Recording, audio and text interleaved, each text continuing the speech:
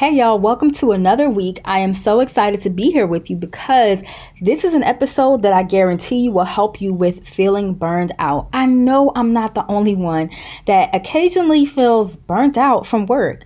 Sometimes you might be motivated, sometimes you might be passionate about your job and still have those days where you don't feel like going in, or have those days where you feel as though, my energy is depleting, or, how am I going to get all this work done?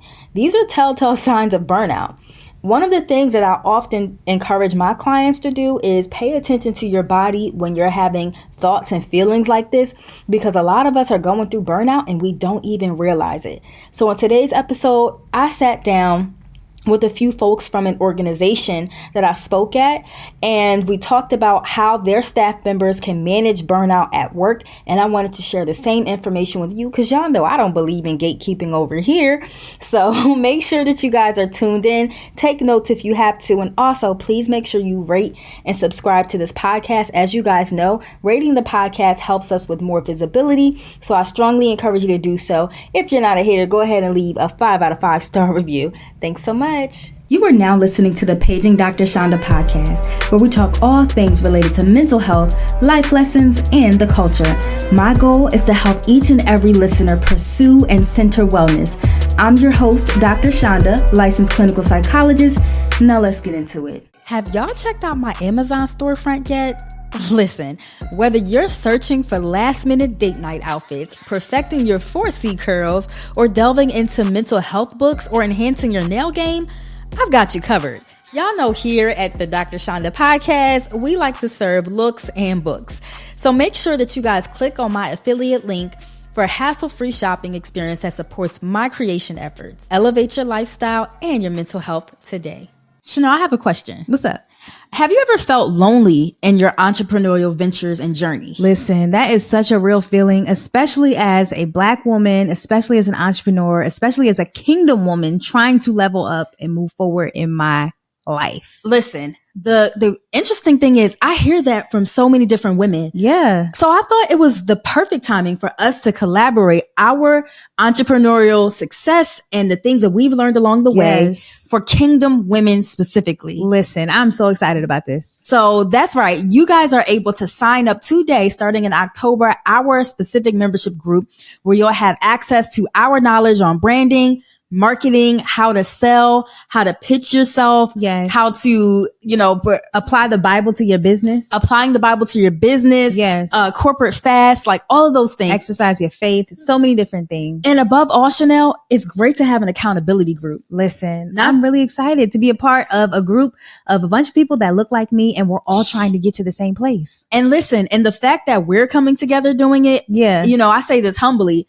I've been thriving in full-time entrepreneurship for some years now. Yeah. You've generated millions for the sports industry. Yes. We have so many different skill sets that we are going to offer. Yeah. We're two separate powerhouses, and we're coming together to build this membership for you all. Not only from a business and physical, natural standpoint, but also a spiritual standpoint. Yes. I can't wait to get into the word I'm excited. entrepreneurship. I'm excited. The word and entrepreneurship together, Chanel. Listen. In a membership group. Listen. Girl.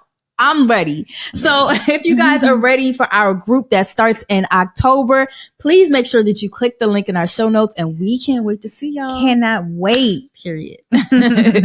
Good afternoon, and thank you for joining us today for what we hope to be a transformative mental health discussion sponsored by 4 of Bozzuto's employee resource groups, the Vets Group, our Soul Group, Happy, and Young Professionals. I'd be remiss if I didn't take a second and put in a little plug for those employee resource groups. As you think about mental health, as you think about the connections we make with coworkers and people who share common values and cultures, our ERGs are one of the best resources the company has for those connections. So you'll see in the comment section, there'll be a link to Telescope. I encourage you to, after today's conversation, visit that. And whether it's one of those 4 groups, or perhaps Vita, Lyft, our parents group, or Women at Bozzuto, take a minute and get involved. It is my pleasure to be sitting here today with Dr. Chanda Reynolds. I have an entire page of introduction, and I was like, gosh, what do I cut out? It's such an impressive list of things. But let me just welcome you first. Dr. Reynolds is a renowned licensed clinical psychologist, a dynamic speaker, and a prominent voice in the mental health community. With a doctorate in clinical psychology, she's dedicated to addressing health disparities in the Black community. Dr. Chanda is a sought-after speaker, delivering powerful talks on mental health, including a TEDx appearance in South Africa earlier this year. She's been featured in Essence and Forbes and Refinery 29 magazines, and has also spoken to top brands like Puma and Foot Locker Women. She's been a trusted speaker at events by organizations including HBCU Week, the Association of Black Psychologists National Convention, the American Public Health Association, and Rutgers University. And we're thrilled that you're adding Bizzuto to that list today. And lastly, she also hosts an incredibly entertaining podcast, Paging Dr. Chanda, recently named one of the top 5 by Sheen Magazine for Black women, and it continues to educate and inspire. So with all of that, welcome, Dr. Chanda. Thank you so much for having me. It's definitely a pleasure. It is a pleasure to welcome you here today. And, we're tackling a big topic today. So I appreciate you being here. We have about 45 minutes for a conversation. We're going to save the last 15 minutes for questions. So you'll see there's an ask a question box for those of you on Zoom. Feel free to take a minute. You can submit a question anonymously, but submit those and we'll get to those towards the end. Let's start off really broadly.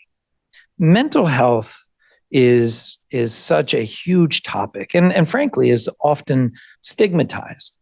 Now, it feels like maybe some of those stigmas have lessened over the course of COVID when there was such a universal stress and strain. But would you say that mental health issues are really part of the human condition and not something to necessarily be considered out of the norm? Absolutely, which is one of the reasons why I appreciate, talking to organizations and companies, because it helps us to destigmatize mental health and mental health concerns that people might have overall. The reality is, especially during the pandemic, individuals experience, about 50% of Americans experience at least one symptom of anxiety or depression. That's a lot of people. That's millions of people across the nation. And it really... I feel like I may have skewed those statistics because I certainly felt more than one. Yes, for sure. And I have too. And I speak to people every day who have experienced that as well. But overall, it really just sheds light on how we as people, we're going to experience hardship. We're going to experience, trials and tribulations throughout life in general. And having some sort of emotion that we deem as undesirable or uncomfortable, it doesn't necessarily mean that it's something wrong with us. It just means that we're human.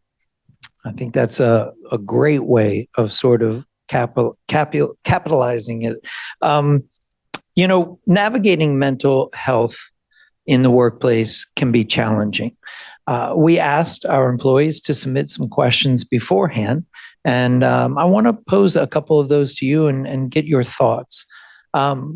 So, as an employee, if I am struggling with perhaps a mental health issue, what would be your advice in terms of how to bring that up or address that with perhaps my supervisor?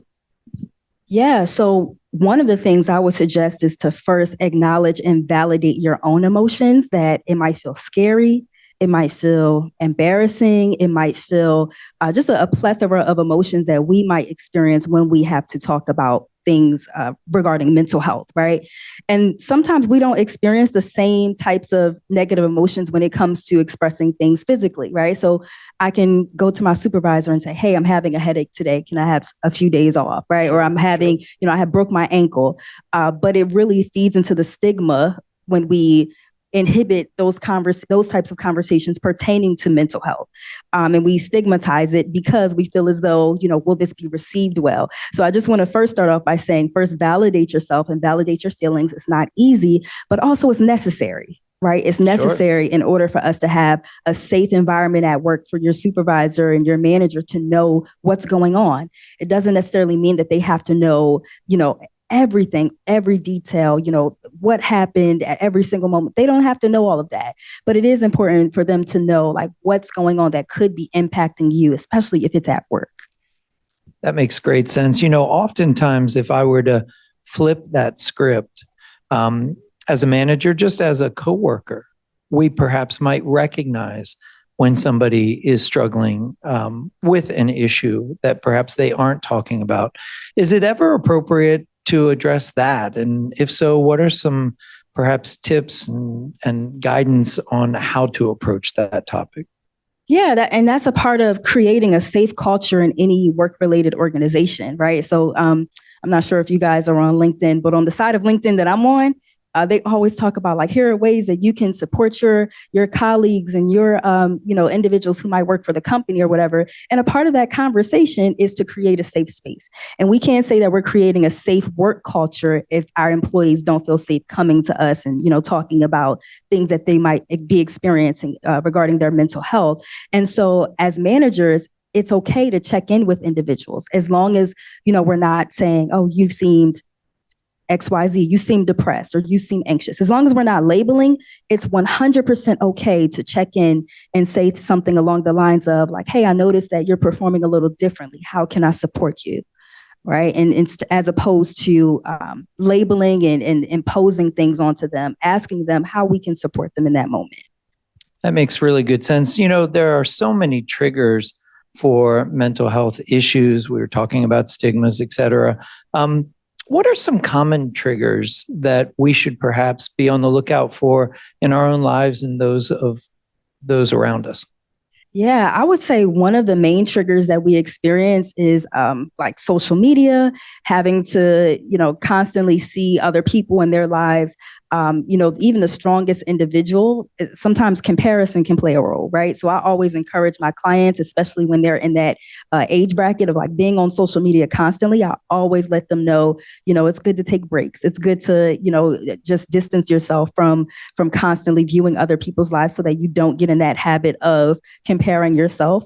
In addition to that, another trigger can just be like family stress, right? So having to, whether you're the caregiver or a member of the family who's, just engaging in just being a member of a family is stressful in general. I know my family isn't the only one that's stressful. Do I got anything in here? You probably got a lot of head shaking out perfect. There as a father of three.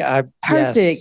Yes. And that's because we're all human, right? So we might do things, we might say things to get on one another's nerves. And it doesn't mean anything negative about our families. That just means that we are humans living in a human experience. And therefore, it's important for us to acknowledge that, yes, I might have family related stress, but it's important for me to examine like how much that stress or the degree to which that stress is impacting me, my overall well-being, and even my productivity at work.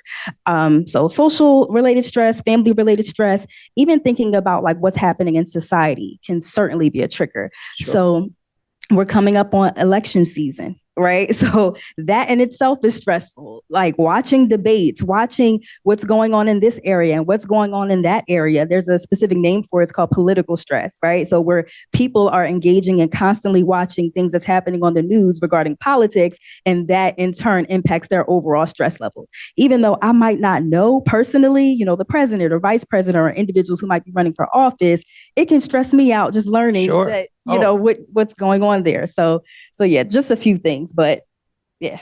Is it healthy to at times disconnect? I've heard folks say, well, look, I don't want to ignore the world around me. That seems perhaps to be ignorant. But given those external stressors, you mentioned the social media and taking a break as it relates to political stress and others as we enter into a very difficult time. Is it also recommended to occasionally turn off the news? Absolutely. 100%.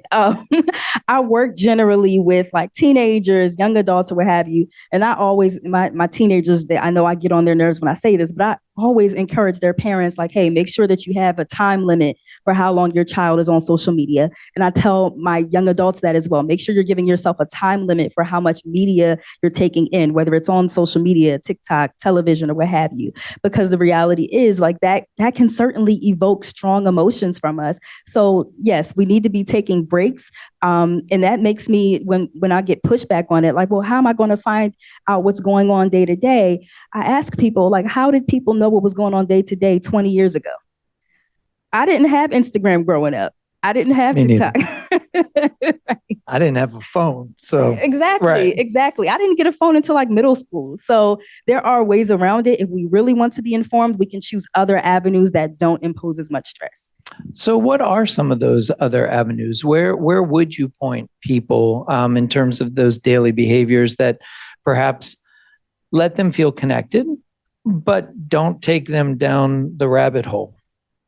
Yeah, so I know I'm going to sound old school, but relying on things like news outlets, I was going to say newspapers, but relying on news outlets and just reading up on specific articles that might just focus on like the facts, right? As opposed to blog related posts or individuals who might provide their opinion as opposed to politics, because again, that can be stressful, but focusing on just how I can be informed day to day without exposing myself to the noise on these media avenues. That makes a lot of sense and is good advice for everyone watching. We talk a little bit about sharing and sort of boundaries. You mentioned it earlier that you don't have to provide every detail. What are some of those perhaps healthy boundaries that a manager or an employee can think about as they perhaps raise an issue or address an issue with a coworker? Yeah, so boundaries are 100% up to what you deem appropriate, right? So a boundary for me might be completely different from a boundary for you. Sure.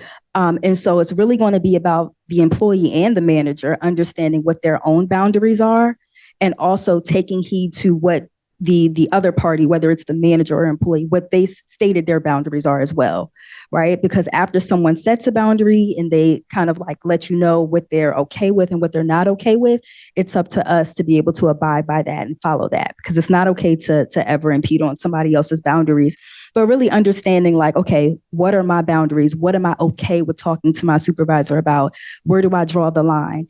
And essentially to stay in a safe space with that really is like leaning into how I can be supported.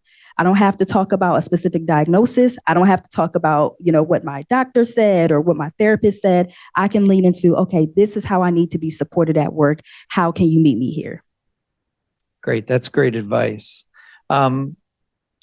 Oftentimes these stressors, whether they be external or internal, can lead someone to start feeling burnout. First of all, how would you kind of define burnout, if you would? Yeah, so burnout is essentially just a pervasive state of exhaustion related to work.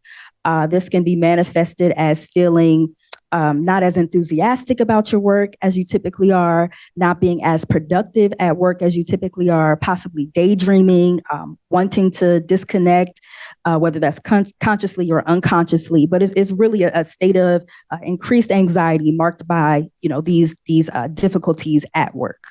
Are there any additional early signs that perhaps you can pick up on that might tell you you're leading towards a burnout, or perhaps someone you work with is? Yeah, so having an overall negative view of your job or what you do. Now, if you went into the job with a negative view, saying I hate this job, and that's how you got it, or that's how you were when you received it, that's one thing. There's nobody watching. There's nobody at Bozzuto. This job. Absolutely Nobody. Not. No, of course absolutely not. That's not a thing here. Right. But if you were the type of person, you were excited, enthusiastic about the work that you were doing, and now it's almost like, I dread going to work. I don't want to go to this meeting today. I don't want to meet with any of the leasing agents today. This is not my thing anymore. That's how we can tell, we might be entering into that state of burnout. And also just excessive fatigue, like feeling exhausted, even at the mere thought of going to work. Sure. And I would imagine that some stress and I would say worry is natural. That's a human response. When do you kind of know that the stress level is going from helpful in terms of being prepared and being aware to unhealthy? Yeah. And that's a great point, right? Because oftentimes we tend to, again, stigmatize anxiety and stress overall, when the reality is, if you're a human being, it's a strong likelihood you have some level of stress. It's healthy. That's how we meet deadlines. That's how we make sure that we're, doing what we need to do when we need to do it, right? However, it gets to that state of being unhealthy when it's impacting your daily functioning, when it's so debilitating to the point where I can't work like I used to, or I can't, tend to my kids or tend to family members and people you're in a relationship with. I can't do these things that I used to do because of the anxiety. That's how we know it's entering into a state of being unhealthy. And when you find yourself entering into a state like that, what actions should a person take to address that? Well, first, talk to a professional and reach out for help. I can assure you that you're not the only one who has experienced this. So it's really important not to, again, stigmatize the conversation, because how can anybody help if we're not reaching out? Right. Sure. That's the first thing, just reaching out to a provider, but also finding a set routine. Oftentimes, again, if you're stressed out and it's impacting what we call that daily level of functioning, again, it might impact work. It might impact your ability to take kids to school and, the things that you used to do day to day. So establishing some sort of set plan, some sort of set schedule so that you can kind of get back on track can inadvertently help to reduce the stress levels. Sounds like good advice. Is there a difference between work-related burnout and just general anxiety and stress? And is there guidance in terms of avoiding bringing perhaps some of that additional baggage to work? Yeah. So if we think of stress and anxiety as like an umbrella, right? So again, people in general, we experience anxiety, we experience stress. So burnout would be something that's under that umbrella. It's kind of like a branch out of anxiety in general. Gotcha. So that's why people might experience, the same anxiety symptoms related to exhaustion, difficulty sleeping, difficulty with productivity, but we know it's burnout if it's more so work related. So if I'm, again, not productive at work, if I'm, again, daydreaming at work, if my stress and anxiety, hyperventilation, shaking of the hands or psychomotor agitation is what we call it, all of those things are related to work, or when I think about work, that's how we know it's work related burnout. And I would guess that we could also, if we took work out of that equation, we could associate that with anything that perhaps is bringing that, a relationship or particular, function in our private lives. You mentioned getting professional help, reaching out to a professional. What are some things that we can do on our own to perhaps start that process outside of calling a professional? Yeah, and this actually goes back to the second part of the previous question you asked me that I did not answer, I'm realizing. But really setting boundaries, as you stated, right? So if I know that I am becoming burned out at work and I have all these things happening related to my productivity, it's going to be important for me to acknowledge, okay, what do I need to do differently regarding my work day? What do I need to do differently in order to make sure that I'm not carrying my work home, or that I'm taking breaks, that I am protecting that time related to my lunch hour or what have you? How can I continue to practice what we call that micro restoration, which basically means that I'm taking micro moments during the day in order to replenish myself, whether it's related to a deep breathing exercise, a meditation exercise, or listening to my favorite podcast, can be one. And so those are just a few strategies that one can engage in. So you're saying paging. Chanda. Yeah. Okay. Yep. All right. Gotcha. Well, holistically speaking, some of what you just mentioned seems very much within anybody's grasp. Some of the questions that were submitted referenced imbalances, chemical imbalances, or a lack of dopamine.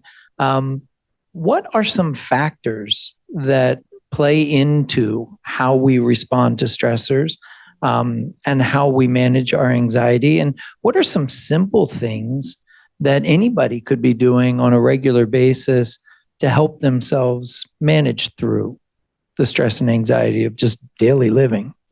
Yeah, that's the beginning part of that was such a great question. That's a whole podcast episode right there. Oh, good. Well, go.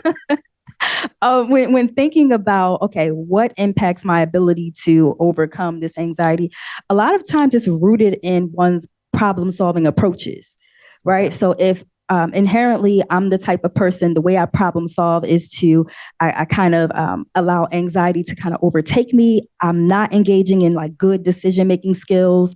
Or I'm even trying to mask it with like alcohol or doing unproductive things, and that's probably how you're going to deal with stress as well. Sure. Yeah, and so when we think about like our problem solving strategy, it's really important for us to understand that we need to develop healthy ones so that we're able to kind of overcome some of these things related to our mental health. Regarding the holistic methods and even raising dopamine, it's such a difficult time right now. And I acknowledge that simply because we're going into those fall, winter months. Right. We're getting less sun. It's dark outside. Like we're not getting as much sunlight or that vitamin D exposure that we typically do, which helps us with mood regulation. And so because of that, people kind of go into that period of seasonal affective disorder and having a hard time with regulating emotions because of that the lower dopamine, lower serotonin levels. And so to naturally do that for ourselves, it can include like exercise. How much exercise are you getting a day? It doesn't have to be long. I know many of the Bozzuto apartments, we have a gym right upstairs. Absolutely. No excuse not to. Right. So taking advantage of that, even our eating, diet, like, all of those things definitely play a significant role. Well, let's talk about eating and diet. You referenced for a moment there alcohol. And I know a lot of people, when they're dealing with stress, see it as a way to unwind, and yet it's a depressant. Yeah. Are there things to avoid that, even though we may take comfort in them, sugars, processed foods, alcohols, that actually can exacerbate the problems that we are facing and trying to solve? Yeah. So the thing about alcohol, as you stated, it is certainly a depressant. But what happens when, that sensation of being intoxicated or inebriated, once that goes away, I'm still going to have that same anxiety. I'm still going to have that same problem, right? So engaging in alcohol in order to overcome problems is literally, it's avoidance, right? I'm doing what I can to avoid the situation, but it's not an effective way of problem solving. Again, going back to that problem solving approach. And so for us to find effective ways of problem solving, we're going to have to stop relying on things that causes us to mask and avoid overcoming some of these problems, which can include alcohol. Even outside of alcohol, there are food can be related to drugs, or some people identify food as a drug, honestly. Sure. Overeating, undereating, like processed foods, like all of those things can play a role in, again, like how one is choosing to problem solve their way out of their emotions. Are there positive foods and things that we can add to our daily routine that would be helpful in the process? And I know nobody wants to hear that the answer is diet and exercise. I get that.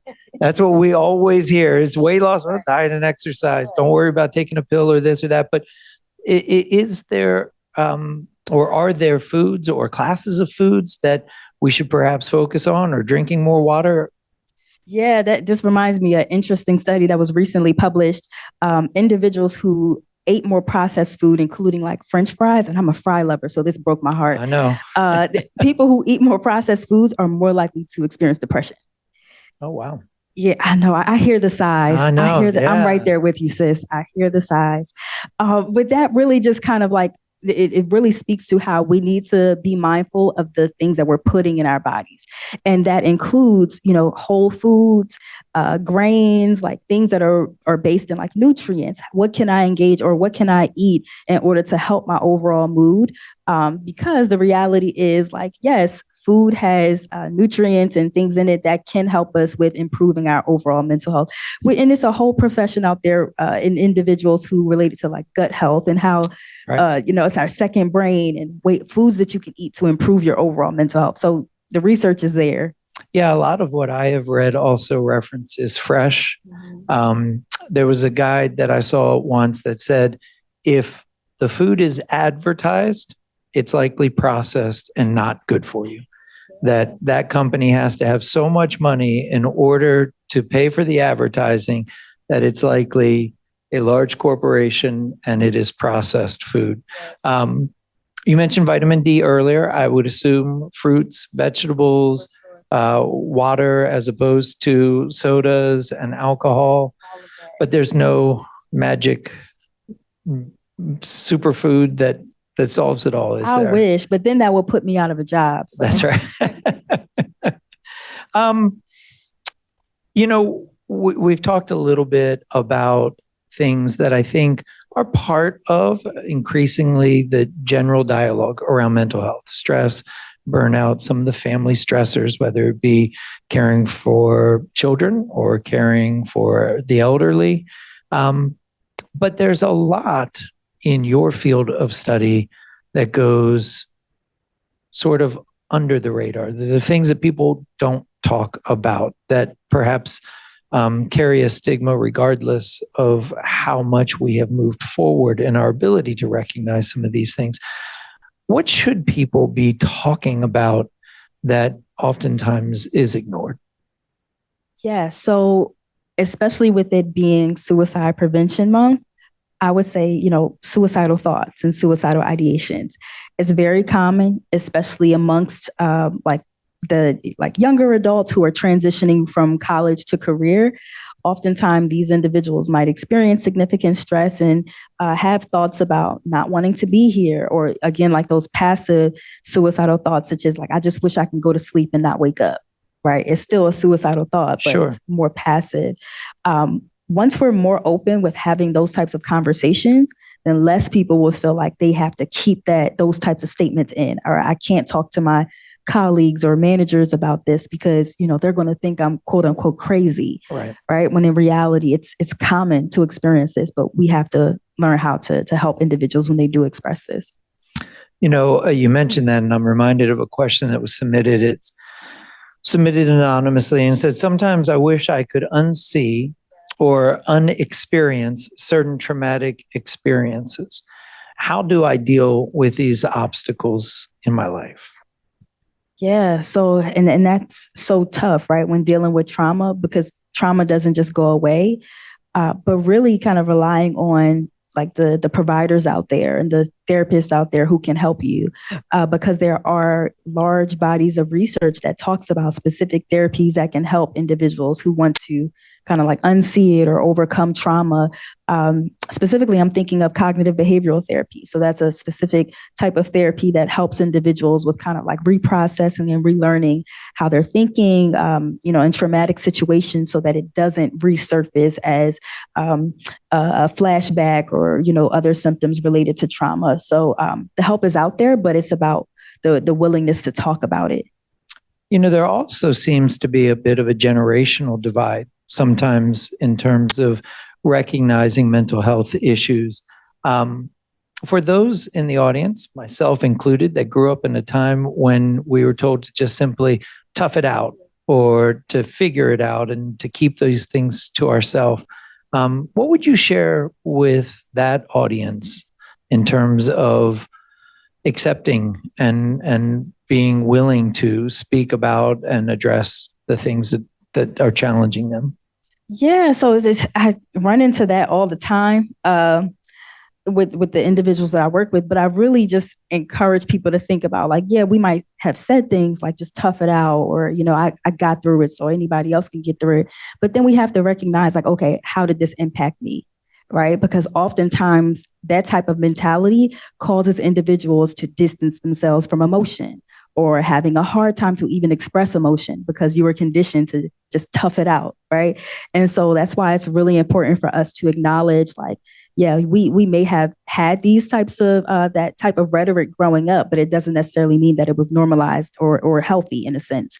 And really, honestly, kind of acknowledging that, again, mental health is not as this stigmatized type of thing that we experienced 20, 30 years ago. We literally have the president of the United States talking about mental health. We have him talking about how his son experienced, substance abuse and things of that nature. So it's my hope and prayer is that people start to acknowledge that this is not just like something we can tough out, because the help is out there, and just having the mentality of toughing it out really just again further stigmatizes mental health overall. Yeah, it sounds like toughing it out is more just suffering through it. Suffering in silence, really. Right. Suffering in silence. Well, I mentioned generational sort of approaches. I would imagine there's cultural differences in terms how stress and anxiety and mental health issues are viewed. Can you speak to that at all, given your experience? For sure. I can speak specifically to like the African American community, where the research talks about how like Black individuals are about 40% more likely to experience depression or anxiety, but less likely to go to a therapist in comparison to their white counterparts. And a lot of that is related to like this mentality of toughing it out and having to just overcome, having to be that strong person in their family or in their community. But in fact, that just causes, again, it causes us to suffer in silence and not to address what's actually hurting us. We wouldn't do that if our leg was broken. We wouldn't keep walking on it, right? So why do that with mental health? Absolutely. What are some common ways for us to continue to raise awareness within the workplace of some of the things that perhaps our employees are going through? Yeah, so I know I said this about like 3 times today, but I can't drive it enough, but really just asking how we can support. Right. So we might not be able to label, we can't diagnose ethically, right? And it's not our job to, but we can ask how I can support you in this moment. And even asking, what support can you offer in terms of like the employees, asking managers for assistance. People can't know how to show up for you if we're not asking for help. And in turn, like it helps to, again, normalize that entire conversation regarding mental health. Internalizing the thoughts about it is just going to, again, leave us suffering in silence and not addressing what needs to be addressed. Well, I'm going to throw our team a little bit of a curveball. Bozzuto has invested a lot of resources into tools that are available to all of our employees. And I would love to flash up on the screen some of those resources before we transition to perhaps some of the questions that we've received from the group. And those happen to be on my phone. Awesome. Okay. So from our team watching, I have a question. What can you do to overcome burnout? So we've addressed the feelings of it and perhaps some of the symptoms. How do you start working through it? Yeah. So working through it might feel daunting because one of the symptoms of burnout is I don't feel like working at all. Right. So the concept of having to work through it, I know it can feel, again, like daunting, but really just acknowledging that, yes, you are having a tough time, validating your feelings in that and not feeling guilty about it or coming down on yourself about it. And also practicing the term I used earlier, which is that micro restoration. And so basically, when we think of the term restoration, we're literally just talking about like restoring, like how can I restore myself during the day? And micro meaning like finding those small pockets of time where I can do that throughout the day. That'll help you to feel restored as opposed to burnt out and exhausted and fatigued throughout the day. And it'll help to improve your overall mental health, clarity, and productivity. So that might include, taking 10 minutes before you start work to listen to your favorite song. During your lunch, making sure that you are writing in a journal, making sure that you're taking another 15-minute break in order to, do something else that's enjoyable. Far too often I hear, and again, not at Bozzuto, but far too often I hear people saying like, oh, I'm too busy. I just work through my breaks. I just work through my lunch, and then wonder why we're burned out, right? It doesn't work like that. Sure. And you mentioned breathing exercises earlier, and those seem relatively simple. I know there's a lot of apps also that can help. Are there any apps or resources online that you would recommend or? Yeah, so the Calm app is a good one. Headspace is another good one. That's one that I recommend to my clients. And really, you might not always have access to an app or your phone, but practicing those coping skills that you can do on your own, right? So that might include deep breathing, Another one we call progressive muscle relaxation, which helps you to kind of like relax your muscles throughout the day. How does one do that? Yeah. So basically, you would kind of start by sitting, feet flat on the ground. All right, I'm going to listen. And so you would kind of just relax yourself, and you would just take a few moments and we can start with the hands, and you would just kind of like squeeze your hands as hard as you can for 10 seconds. And then you would gently let it go. And so you would do that for about 4 or 5 times in a row.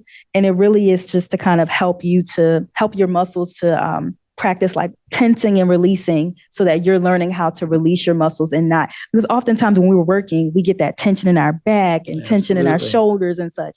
So this is a way of just learning how to tense and release muscles. So we start with our hands, but then you go through like, your whole body. So you can do it with your back, where you're tensing your back and then releasing it for 10 seconds and doing that over and over again. You can do it with your legs.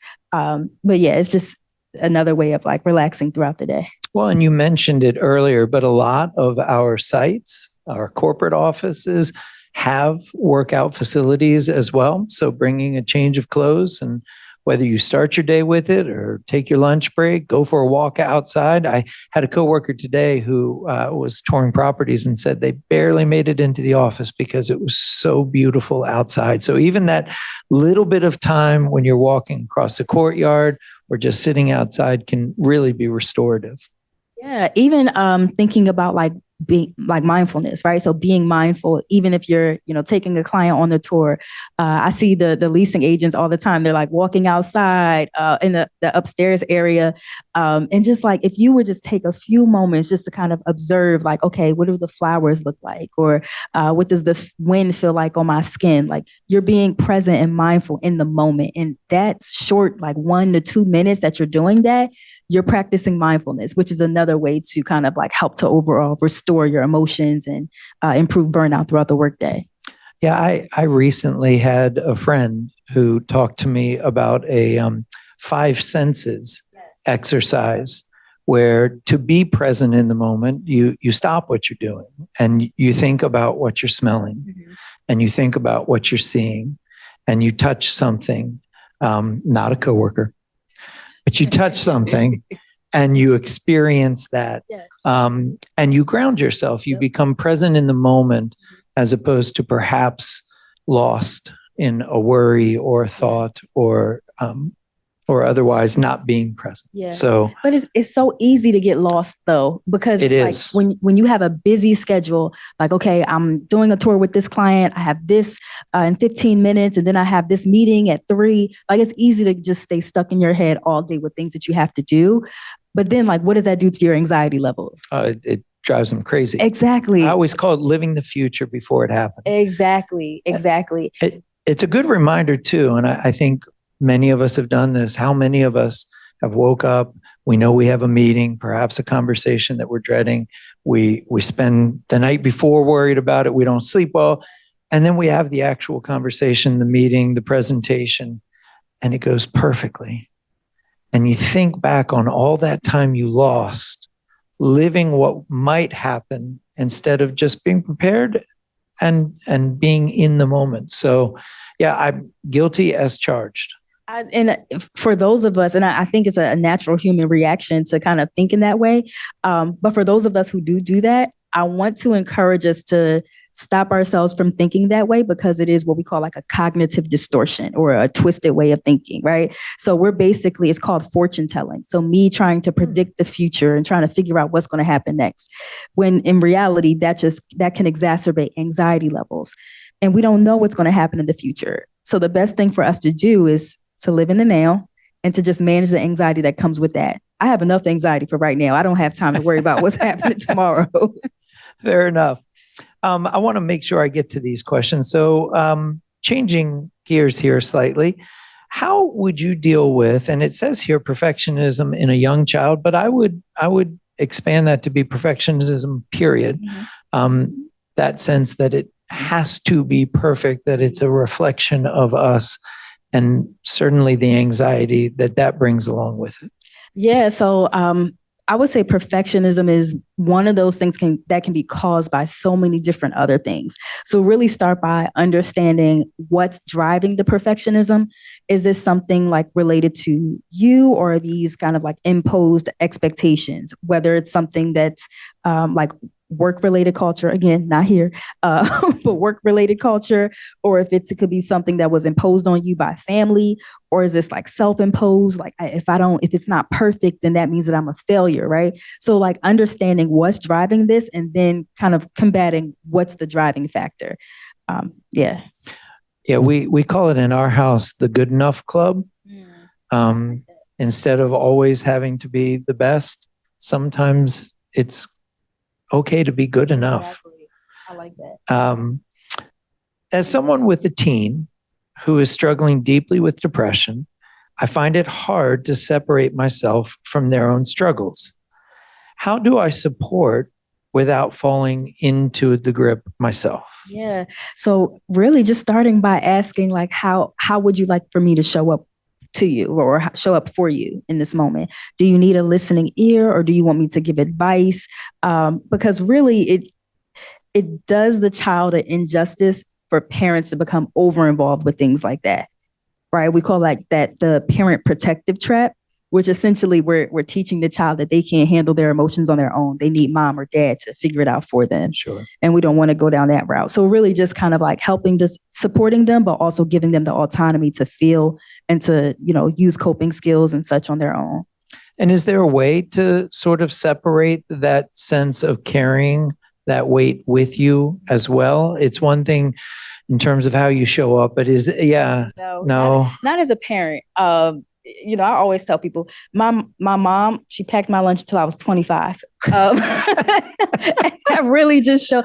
She was like, oh, well, I know you're in grad school. I just want to help out. Like parents are never going to stop caring. And that's okay. That means that you're a healthy parent who loves your kid. But also that doesn't mean you have to act on every single impulse to like want to figure it out for your child. Sure. Nope. That makes sense. Yeah. And lastly, is there any advice, general or specific, that you have for people navigating their way through the world we live in today? Yeah. So understanding that, one, you're not alone. It can feel very daunting to experience things like anxiety and depression. And it can feel as though like, wow, nobody else is experiencing this around me. And the reality is people are, even though you might not be able to recognize it. So understanding you're not alone. And two, like people care about you. We want to hear about what's happening. We want to hear about ways that we can support. And so it's really important to lean into that. Three, asking for help. You guys have resources here at Bozzuto. You guys have great psychologists and therapists in the area. So like reaching out for help in order to, navigate what it is that you're going through. Yeah, asking for help is certainly not a sign of weakness. It's a sign of strength. Exactly. That vulnerability, for sure. Well, I want to thank you for spending time with us today, helping us to sort of start the conversation or continue the conversation. I'd love to put up the resources that Bozzuto offers again for those of you that perhaps are unfamiliar with them. I'd also like to encourage everyone that's watching today to look into our employee resource groups. Again, that was through Telescope, and find communities to connect with.